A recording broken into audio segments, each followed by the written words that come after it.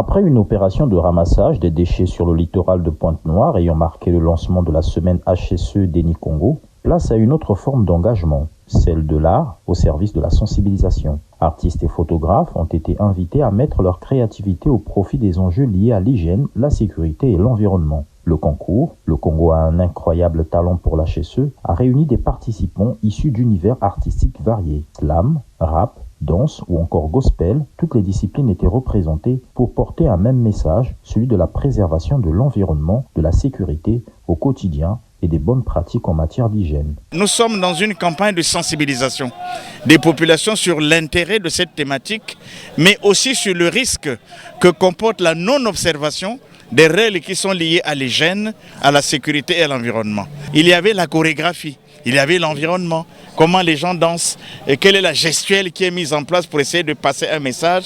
Et enfin, il y avait les risques qui étaient mis en évidence pour que tout le monde comprenne que, comme je disais tantôt, si les règles ne sont pas observées, il y a nécessairement un dommage que l'on peut courir à titre individuel ou bien à titre collectif. Donc voilà les différents éléments qui ont fait qu'on puisse se déterminer sur un candidat ou bien sur un autre. Celui que nous avons choisi, mais vraiment à l'unanimité, c'est celui qui a réussi à faire le lien entre les trois thématiques, donc l'hygiène, la sécurité et l'environnement. Devant un jury attentif, les candidats se sont affrontés autour des prestations mêlant talent, créativité et sensibilisation, démontrant que l'art peut être un puissant vecteur de changement des comportements. C'est un réel plaisir d'obtenir ce prix. Je suis Orphée Luemba, slammer depuis plus de 2 ans maintenant. J'évolue dans le groupe Gilevan et aujourd'hui je représente non seulement le slam mais aussi mon groupe en même temps. Je dirais juste merci à Eni pour cette opportunité car c'est rare parfois d'avoir cette opportunité de s'exprimer. Par rapport à ce spectacle, on peut dire que le Congo a un talent parce que nous avons vu des gens qui font du slam et puis on a des gens qui chantent, on a aussi des humoristes et on est en train de découvrir le contenu local vraiment mise en avant. Et c'est pourquoi je salue la semaine HSE de Eni Congo parce qu'ils ont mis en lumière le contenu local. La sensibilisation est également passée par l'objectif des photographes. Le lendemain, le musée Cercle africain de Pointe-Noire a accueilli la cérémonie de remise des prix du concours photographique Une seule terre, une seule vie. Aujourd'hui, nous arrivons à la photographie, que c'est une forme d'art qui va immortaliser des moments et qui peuvent ouvrir et réveiller, on peut dire, la conscience de nous tous.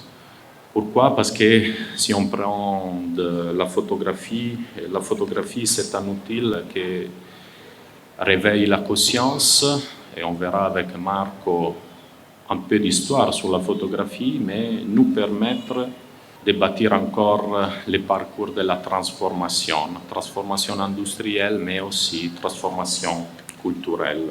Près de 1000 participants ont pris part à cette compétition organisée par Eni Congo. Parmi eux, un collectif de jeunes photographes engagés depuis plusieurs années dans la défense de l'environnement à travers l'image. Cette photo a été inspirée surtout d'un projet de fin père. Il est en train de travailler sur une conférence en agronomie, donc on parlait d'environnement et à ce moment il avait besoin d'une pochette pour son dossier. À ce moment, moi je commençais dans la photo et je m'étais dit de faire une série de photos que je pouvais lui proposer. Et à ce moment, j'ai eu à réaliser cette photo. Si vous remarquez bien dans la photo, à part la plante et l'oxygène, autour de lui il y a la fumée.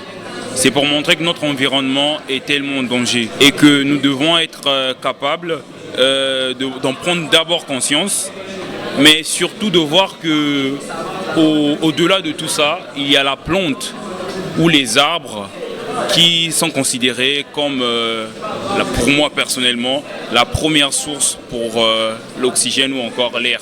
L'idée était de montrer un peu la pollution qu'il y avait dans ce quartier et principalement montrer aussi, la photo a comme 2 volets si vous voulez, déjà l'aspect de la pollution.